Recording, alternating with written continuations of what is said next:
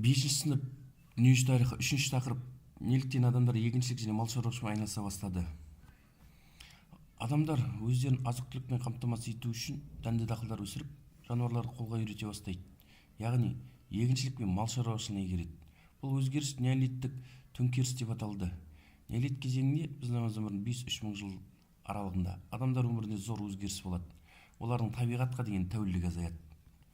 Енді адамдар бір жерден екінші жерге қоныстанып отырады, бірақ олардың кейбір топтар белгілі бір мекенді тұрақты түрде тұра бастайды. Бұл тұрақты баспаналардың салынуына алып келеді.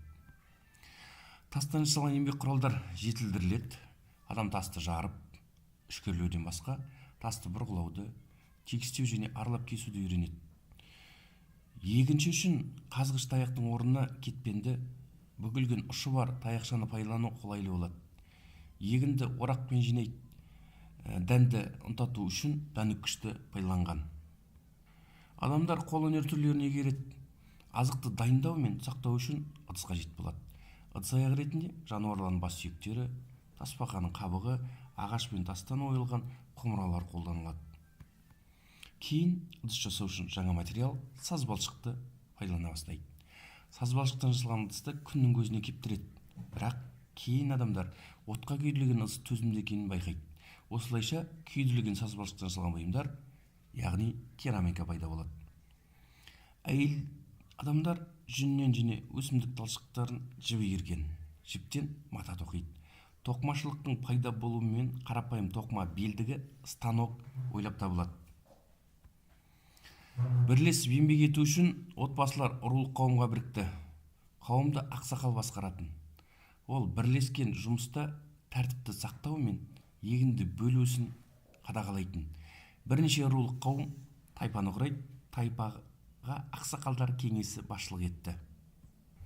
Ақсақалдар кеңесі тайпа мүшелері арасындағы даулы мәселелерді шешетін және жаза тағайындайтын. Ең ауыр жаза тайпадан қуылу болатын. Сонымен бірте-бірте адамдардың қоғамдағы тәртібінің ережелері пайда болып, ұрпақтан ұрпаққа беріледі. Бұл кестеде өсімдіктерді өсіру мен жануарларды қолға үйрету кезеңдері көрсетіледі. Яғни біз заманымызға дейін 18 мың жыл бұрын арпа мен бидай алдыңғы Азияда өсіріле бастайды. Біз заманымызға дейін 7 мың жылдықта күріш пен тарыны Қытайда және жүгері мен картопты Америкада. 6 мың жыл бұрын қарбыз тропиктік Африкада өсіріле бастайды. Енді жануарларға көшетін болсақ, біз заманымызға дейін 19 мың жыл бұрын итті Қытай, оңтүстік Азияда, дәл осы уақытта ешкі мен қойды Орта Азия мен солтүстік Африкада. 9-8 мың жыл бұрын шошқа мен сиырды Қытай, алдыңғы Азия, 6 мың жыл бұрын мысық пен есекті Египетте, 3 мың жыл бұрын жылқыны солтүстік Қазақстанда, 2 мың жыл бұрын түйені алдыңғы Азияда қолға үйрете бастайды. 4-ші тақырып неліктен ежелгі өркениеттер өзен алқаптарында дамыды. Ежелгі заманда үлкен өзендердің алқаптары адамдардың өмір сүруі үшін өте қолайлы аймақтар болды. Ніл, Тигр мен Ефрат, Үнді мен Ганга, Хуанхэ мен Янцзы өзендері бойында адамдардың ежелгі әлемнің ұлы өзен өркениеттерінің негізін қалайды. Бұл өркениеттер егіншіліктің дамуымен байланысты өрістеді. Халық санының артуына байланысты егінді елді мекендер қалаларға айналады. Месопотамияның ең ірі қалалары Киш, Ур, Урук, Лагаш тағы басқасы болған. Кейіннен мемлекеттер мен үлкен империялар пайда бола бастайды. Бұл ежелгі халықтардың өзара араласуына мүмкіндік береді. Қолбасшылардың әскери олжаны молырақ иемденуі адамдардың бай және кедей болып бөлуіне алып келеді. Осылай мүліктік және қоғамдық теңсіздік пайда болады. Өркениет, мемлекет, жазу, заңдар, ақша мен алғашқы техниканың өнертабыстары пайда болған қоғамның белгілі бір даму дәрежесі. Қоғамдық үдерістердің дамуы, яғни оның төменгі сатыдан жоғарыға өтуі адамдардың табанды еңбегі арқылы ғана жүреді. Тарихтағы ең ежелгі өркениет Месопотамияда қалыптасты. Тигр мен Ефрат өзендерінің алқаптары өте құнарлы болды. Солтүстік аймақтарда қыста қар жауатын, ал оңтүстікте көктем мен күз мезгілдерінде жауын-шашын түсетін. Өзендердің тасуы жылдың түрлі мезгілдеріне болып тұратын. Біз заманымызға дейін 8 мың жылдықта Месопотамия халқы егіншілікпен айналысты.